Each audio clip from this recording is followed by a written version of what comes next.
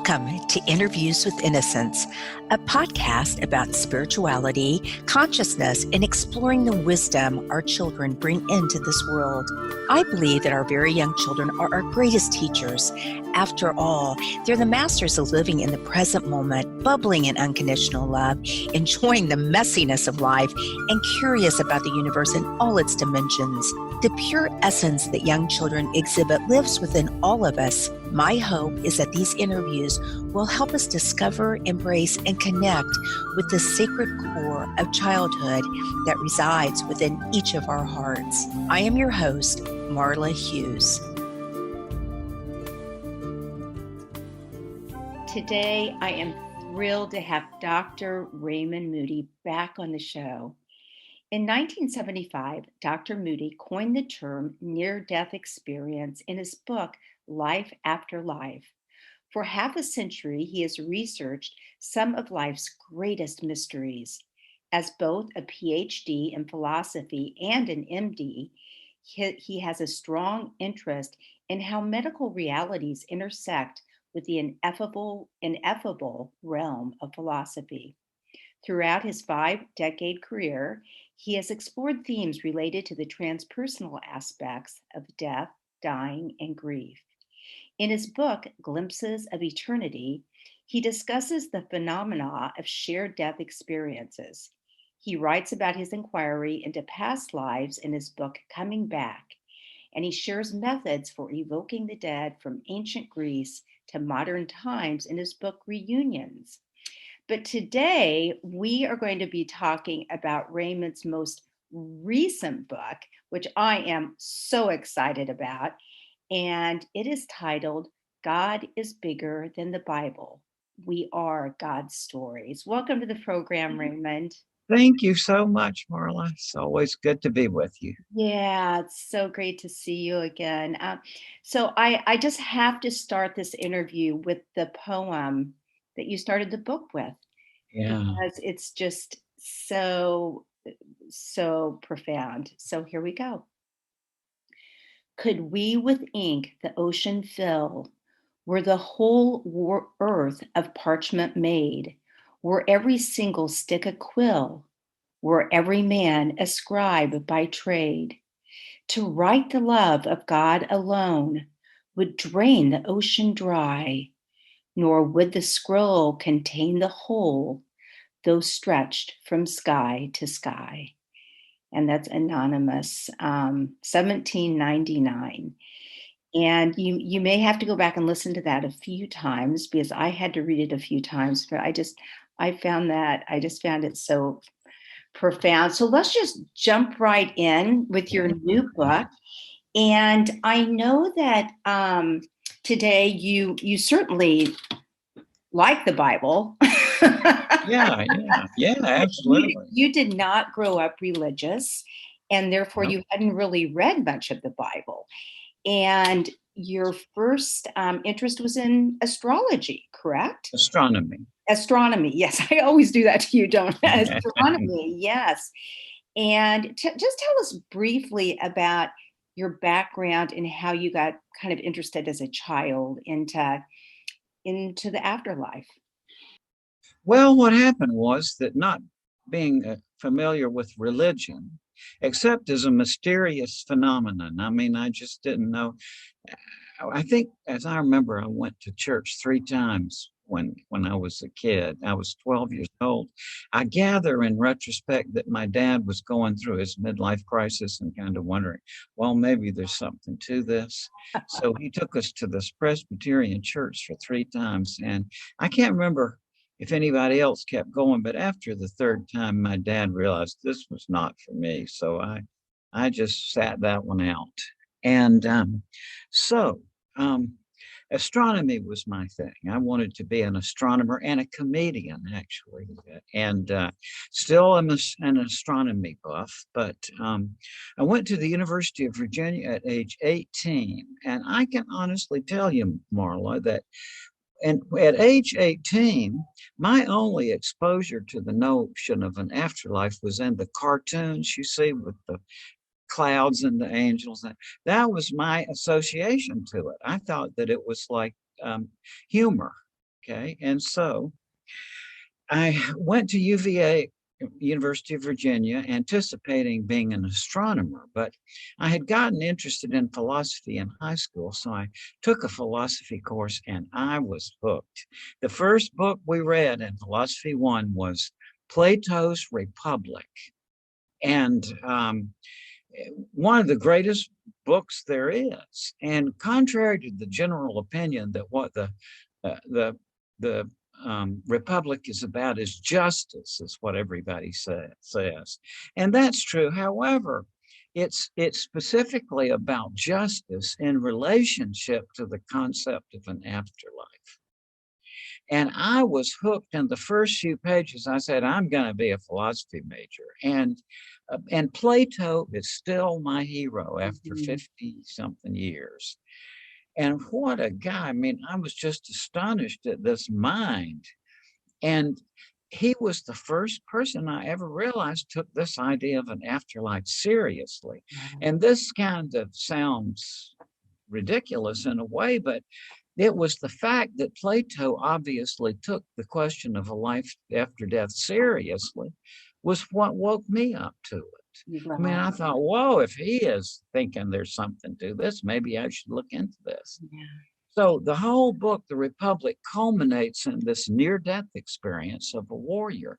And I asked my professor Hammond about, like, what's that all about? And he said these early Greek philosophers studied cases of people who were believed dead and revived and had these experiences. And he said Plato took it seriously, but that others like Democritus, who had figured out that things are made up of atoms, said that, oh, this is just the residual biological activity in the body. I never thought that it might be something to do with the modern world. This was in Right. September of 1962. But 3 years later, I heard of Dr. George Ritchie there in Charlottesville, professor of psychiatry, who had such an experience. And George was such a tender, sweet guy. He was always talking to students and all. And I listened to one of his lectures, and I knew, number one, that George Ritchie was sincere. I didn't know what this meant, but it was certainly intriguing. So subsequently to that, as I've just talked with thousands of people from all over the world who had these experiences. So that's how I got interested in the afterlife. Right. Yes, George certainly was so influential in your life in many different ways. And now that tens of millions of people have come out with these stories about their personal NDEs, I to quote from your book, you say after listening to all the stories, God shines through these people's stories as a powerfully loving, compassionate, insightful, humorous, utterly delightful, and still deeply mysterious presence. This book is about what you have learned from God from people's accounts of NDEs and your personal encounters. And that's what's exciting about this book because it's just looking at what God is all about through our stories, which is a chapter. So we'll get to that. We'll get to that in a few minutes. So speaking of George, I'd like to talk about chapter 2. For the listeners, that the beautiful book is broken down into 13 chapters, I think it is, and each 13 one books. concentrates on just its own profound topic. So we're just going to talk about a few of those today. But chapter 2 is about God and relationships. And I believe that you do. I believe, as you do, that most, if not all times, we really become involved in a relationship for our higher purpose. Can you just speak on that? Yeah, really. I said in the book, that where I come into God is relationships. Yes. All these arguments about does God exist? I know those arguments as a philosophy professor, but where the action is relationships. The thing is to have a relationship with God. And I really do think that God participates in our relationships with other people. And it sometimes I think these relationships can begin even before we are born. And in the book, I talk about just an incredible series of events that joined George Ritchie and me. George was from Richmond, Virginia. My parents are from Porterdale, Georgia. Okay. And so I heard George's experience in Charlottesville in 1965. Went on to study lots of other cases. And about 10 years later, I wrote this book, Life After Life. And I had never talked with George since that 1965 meeting where I heard his experience. But when I finished, the book was getting ready to be published in 1975. I called George. That was the first, this was in October probably of 1975. Called him and said, hey, I'm Raymond Moody. And, your experience changed my life. I wonder if I could dedicate the book to you. And George said, well, that's very nice. He said, but I would prefer that you dedicate it to the Christ who gave me this experience. So that's what the dedication means, to George Ritchie, MD, and through him to the one whom he suggested. So the book got published in November of 75. I graduated from medical school in January of 1976 from the Medical College of Georgia. And so I decided I wanted to go back to Charlottesville for my psychiatry residency. So in March of 76, my wife and I flew up there and I did my interviews. And during the day, I called Dr. Ritchie just to make contact. And he said, well, y'all come on over to me. And incredibly, he had dinner for us that night. So the next day, my wife and I flew back to Macon, Georgia, where my parents lived. And that night, I was just sitting in my parents' den living room area and talking to my dad, who was, by the way, a surgeon and a military officer. If you put those two personalities together, you get my dad. And so by then, Dad had heard a tape of George Ritchie's experience. So when I mentioned that I'd heard Dr. Ritchie, seen Dr. Ritchie the night before, he said,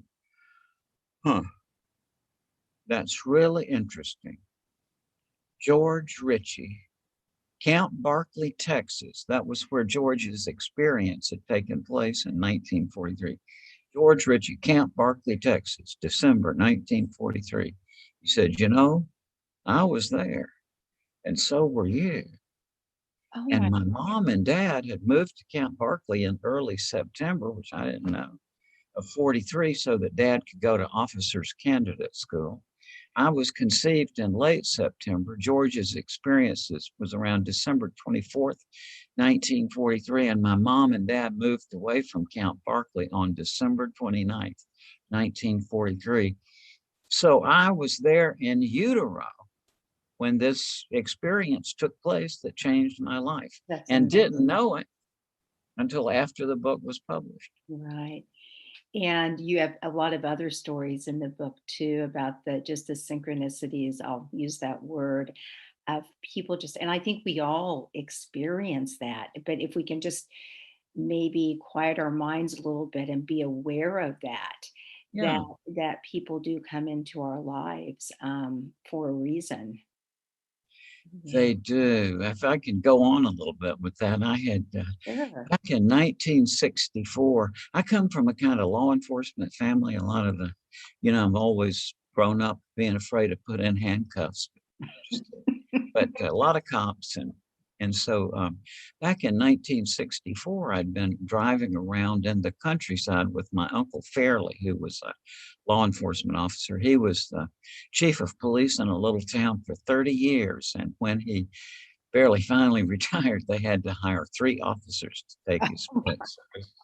So we were just cruising around in the countryside and out in Newton County, Georgia. And we ran into this old grist mill, with the wheel on the Yes. outside, right? And so I was just charmed. And I make a long story short, I decided then and there, what a great place to live. So for the next few summers, I looked all around Georgia trying to find a old grist mill. Found out quickly that they are few and far between. Okay, that the people who own them don't want to sell them. So fast forward 20 years, or more than that, I was in Carrollton, Georgia, as a professor of psychology at West Georgia College. And I had come across this mirror gazing technique for calling up the deceased. It's an ancient Greek technique. So I wanted a place out in the country to do some research and writing. So I started looking all around Carrollton, and I never thought of an old grist mill. I had given that up years before. That's just unrealistic. So, not having any success because Carrollton is in the orbit of the Atlanta real estate market. So I was kind of discouraged.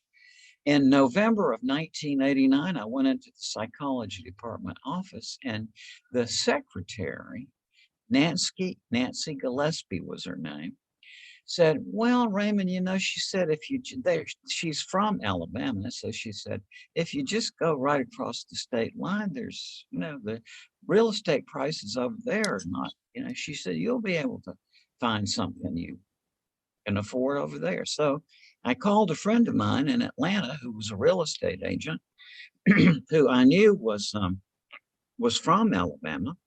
So I said, "Robin, can you take me over to Alabama to look for a house? Like a place out in the country." Now, but all my friends know I have no sense of direction, right? Right, I'm not right. oriented in space. So um, I didn't give Robin any instructions as to where. My only criterion was that it had to be close enough to the state line that I could get back and forth 3 times a week from my classes. So in January of 1990, Robin called me up one evening and she said, "Raymond, can I take you over to Alabama tomorrow to look for a house?" And I never said anything to Robin either about a grist mill. That was a given up thing. Right. So next morning she came, and I had no idea where we were going, but she knew it wouldn't have computed anyway. So we started, and she said, "Well, the place we were going to, the reason she had chosen that particular place was that her son's best friend was the local chief deputy sheriff, and he was going to spend the day. He had read my book, and he was going to spend the day showing us around." So, long story short, got right in the car, going about 2 hours, and in the middle of nowhere, I found this beautiful little Victorian cottage for sale with the for sale sign. And the agent was Kirk Moore. And so Don, the sheriff, said, "It's Kirk. It's one of my good friends. Let's go talk to him." So into the Kirk's office. I met Kirk. We were all standing up, and I said, "I'm interested in that little Victorian cottage you have for sale." And Kirk said, I was standing to his side, and I saw him look out like this, and he said, "Well, what are you looking for?" And I said, "Well, I'm a psychiatrist. I'm looking for a place out in the country to do some research and writing." And he said, "Let me take you by a place near where I live." So he drove me down this long country road, down across a bridge to an old grist mill. I'm not making this up. Wow. I swear to God. Yeah. So but that was before cell phones. So Right. it's Kirk showed me, and then he started driving back to his office. He said, "Well, I tell you the truth," he said, "the reason I'm showing you this," he said, "it's not for sale."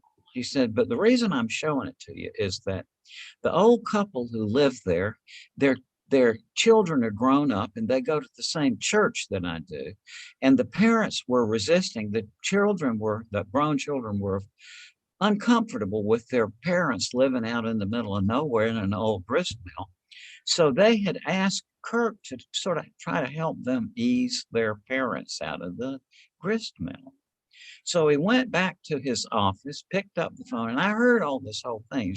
Ms. Dorr kind of talked loud, and so I was saying, he said, "Ms. Dorr, can I bring this man's from out of town? Can I bring him by to see your house, and she said, I heard you. You can't, Kirk, but we're not going to sell this place. We love our house.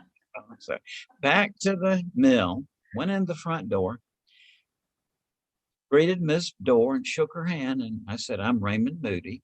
And she said, Raymond Moody, are you the man that wrote that book? And she took me by the fireplace to the bookshelf, and I put, pulled out not my book, but George Ritchie's book, Oh, wow. which I had written the foreword. And she handed it to me like this and showed me the inscription in it. And she said, well, Dr. George Ritchie is one of our dear, dear friends. Ah, She said, this must be a sign. what an amazing story. So, and George is many times like that, these incredible things where Yeah. he has And entered you my bought the life. house. You bought the house, right? I did. Yeah. Yeah. Yeah. Yeah. Wow. It's Lived there for, I guess, amazing. 25 years. Yeah. Right. Well, that segues into one of my favorite chapters, of course, is chapter 3. And it's about God's love and what you learned when you, not only from your personal experiences, but from all of the NDEs that that you've heard about, the stories, that the main emphasis is on love. And That's that right. when many times when people have these experiences, the question they're asked are, how have you learned to love?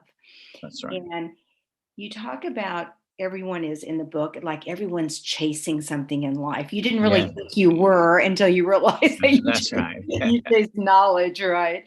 But Yeah. that learning to love is the most important thing. And That's and right. so, Ken, what have you learned about God's love? Well, as you said, all of the people I know, whatever they were chasing, when they have their life reviews, they say, and they're often in the accompaniment of Christ or God, they say, what God is interested in is not anything like your earthly accomplishments, but how you have learned to love. And people say you don't hear words, but the thought comes, how have you learned to love? And that's what is comes to fore in this panorama.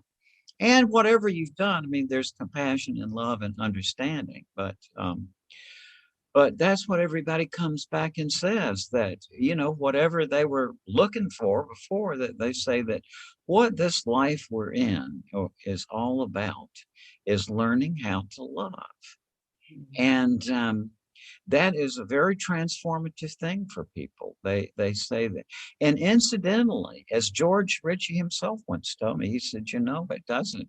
You see that, you see everything you've ever done, and you see it from the perspective, not just when you that you had when you were doing each action, but also you see it in this review from the perspective of the other person that you were interacting with. So if you see yourself doing something mean to somebody, then you feel the sadness. Or if you see yourself doing a giving or loving action to someone, you feel the good feelings. Yeah. And even after that, George says, he told me one time, he said, Raymond, um, this experience makes your humanity even more of a burden in a way. And well, now George was very kind-hearted, and he wouldn't say it like this, but I've heard that same sentiment from a lot of people who've had these experiences. And what they're getting at is, as I like to say, let's face it, it's very hard to get through the average day without wanting to choke at least one of our fellow human beings, right? Right. And so what people say is, yeah, they know that the importance of love, and they've seen it in their life review, but that you're still a human being and you still fly off the handle and do all these things. And so it becomes a sort of lifelong spiritual quest. And I've known so many of them now that, this really comes through their personalities, that they are really on a spiritual quest to live up to this ideal.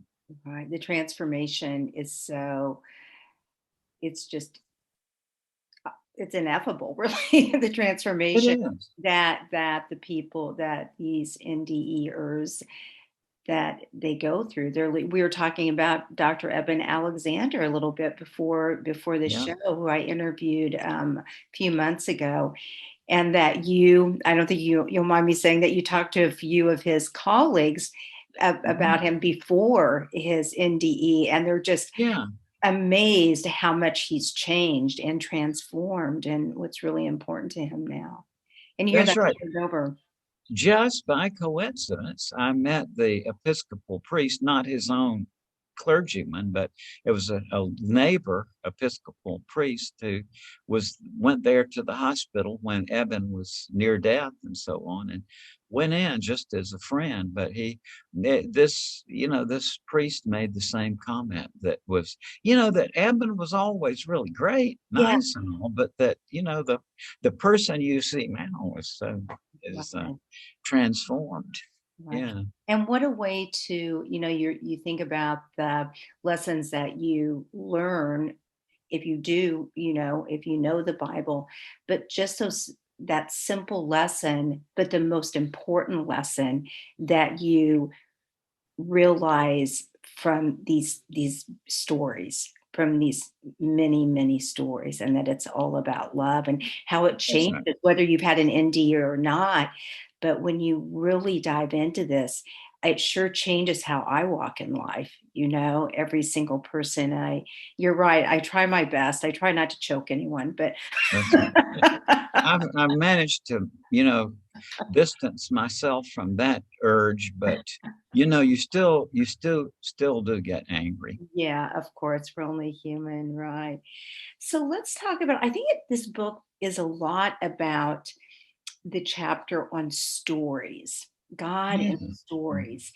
And really listening to people's stories is one way to understand God. And what you said earlier, that you believe that God follows stories very closely and that we are our life stories. And you had also mentioned that, I'm sorry, I can't remember who said this, but well, actually, I think you said it. That would make sense. The physical world may be made of atoms, but the human world is made of stories. And I've heard it's that. so true. And so talk a little bit about, I know in the book you talk your experience of working with the elderly and how Yeah. they now see that their lives as a story. And also I'd love to hear you expand a bit on David Hume and talking Mhm. about reincarnation versus randomness of life, because I just find that it makes so much sense to me. Yeah, and I mean, I thank God all the time that I went and got a PhD in philosophy before I went to medical school and psychiatry, because, many of the big problems we have in medicine and psychiatry, you can't really solve them by scientific reasoning. Right. There's deep spiritual and philosophical questions. And one of the big philosophical questions is, what in the name of God are we? Like, what is the essence of a person's identity? And in philosophy, the big turning point was Plato, who figured out the idea of the immaterial, immortal soul.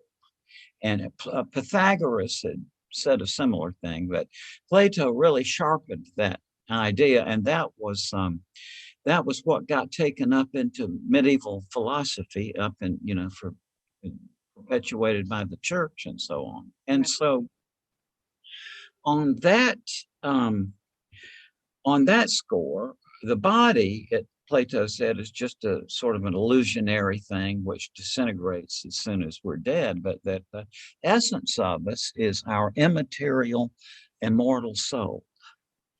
Well, back in the 1500s, they were began to loosen up about that, and people said, well, what does that mean? And it's not a very clear idea. Thomas Hobbes, who was one of the sort of crusty um, philosophers of England, said, that it doesn't make any sense to talk about a immaterial soul. And then John Locke, who had a lot to do with the formation of our Constitution with his ideas about politics, and he lived in the 1600s. And Locke thought about it and he said, well, what constitutes your personal nature or your personal identity is your memories, that you are, in effect, your memories. Well, there's some difficulties with that.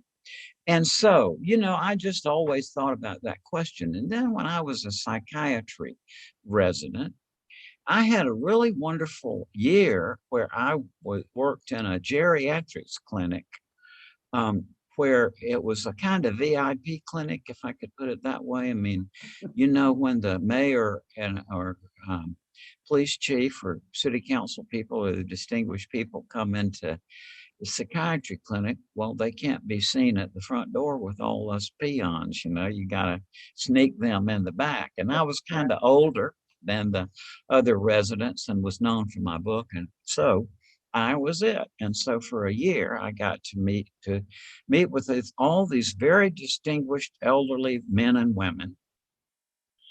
And throughout that year, I kept hearing the same thing. And these people were so reflective. And a lot of them were just there, as I figured out, was just there because they're lonely. I mean, it was usually situational stress or loneliness, having wanting somebody to talk to. So throughout that year, I kept hearing these people say, Raymond, the older I get, when I look back at my life, I get this, well, uncanny is my word, but this feeling that my whole life has been a kind of movie or script or play, or they use different words. And so then I heard that same comment from Joseph Campbell, the mythologist, on one of his tapes. And I got to thinking about it. So I've just kind of figured out that this is what, a certain kind of reflective older person begins to think. I'm into my phase now where it seemed strange when I was in my 30s, but now here at 76, I can begin to see what they're talking about, like the story aspect of life. And you look back and you see all of these connections that seem to be more based in drama or the a dramatical structure than in a structure of the physical universe. And so that's what I've come to. What is our personal identity, and what I think you are and what I think I am and all our fellow human beings, we are our stories. And I was thinking about this. It took me a long time to sort of come to the realization that there is an afterlife. I got to God long before I got to the afterlife because, it's just a very obscure concept to me. And I never bought that it was oxygen deprivation to the brain, right? Because these experiences, because one of my own medical school professors very early in my education told me that she had had the same experience of leaving her body and seeing the light and the tunnel and all when she was trying unsuccessfully to resuscitate her own mother.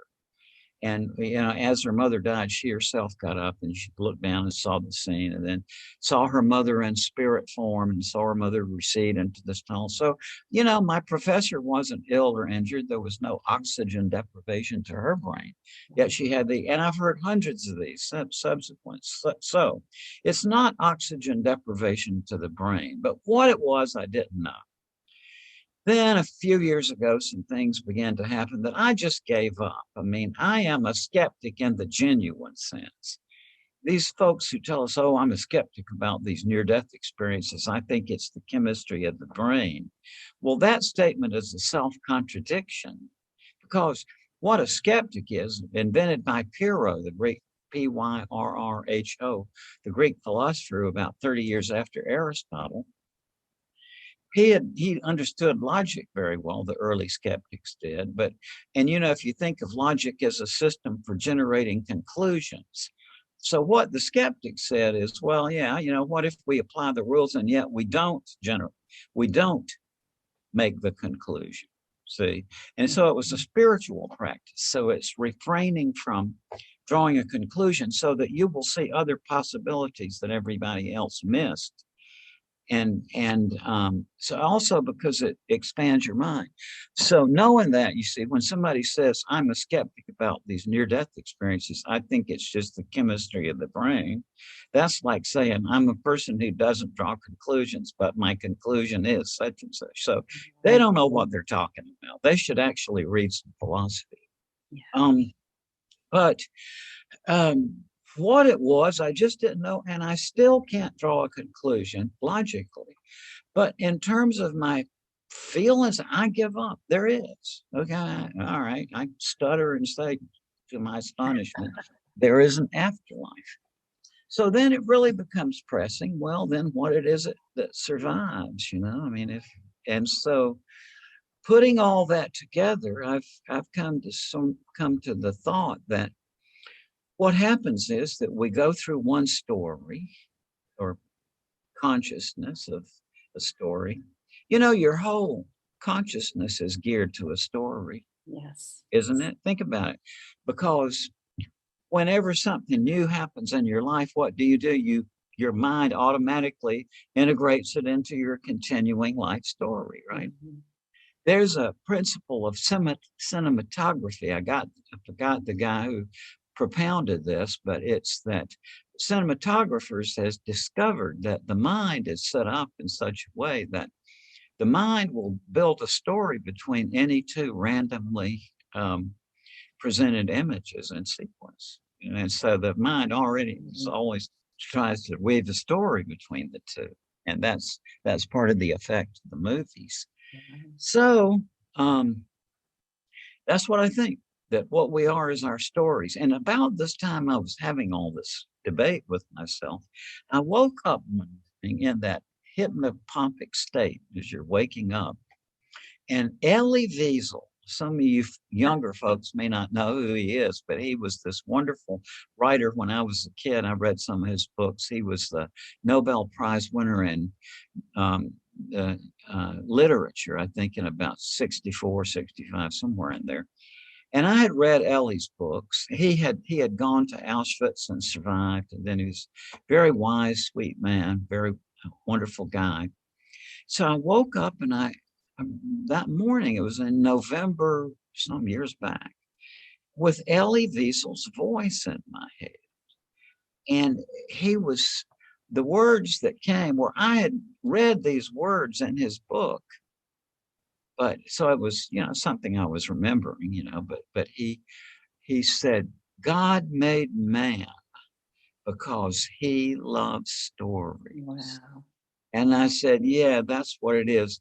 God is watching every single story. That's what people with near death experiences say, that when you have this life review, God is intimately familiar with everything you've ever done because it's right there in this panorama.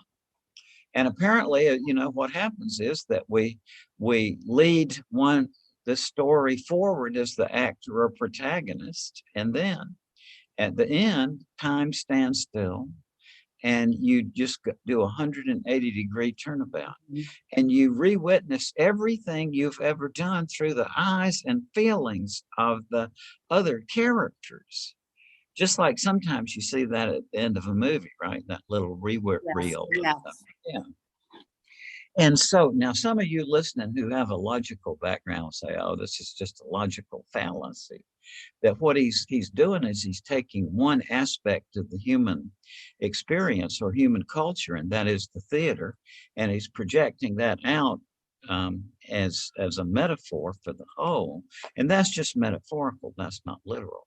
And I understand that objection. I mean, I came up with it myself as I was thinking about this, but because I taught logic for quite a while. And so I think it happened the other way around. If you look at it historically, the reason we have theater is, as I gather, that as people get older, they look back on their life and they see that story like.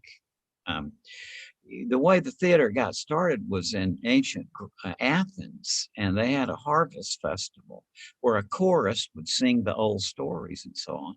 For reasons unknown, one particular performance, this guy Thespis stepped forward and spoke his own lines, and it created a sensation. Wow, we want more of that. Right. Well, what are the Greeks all about?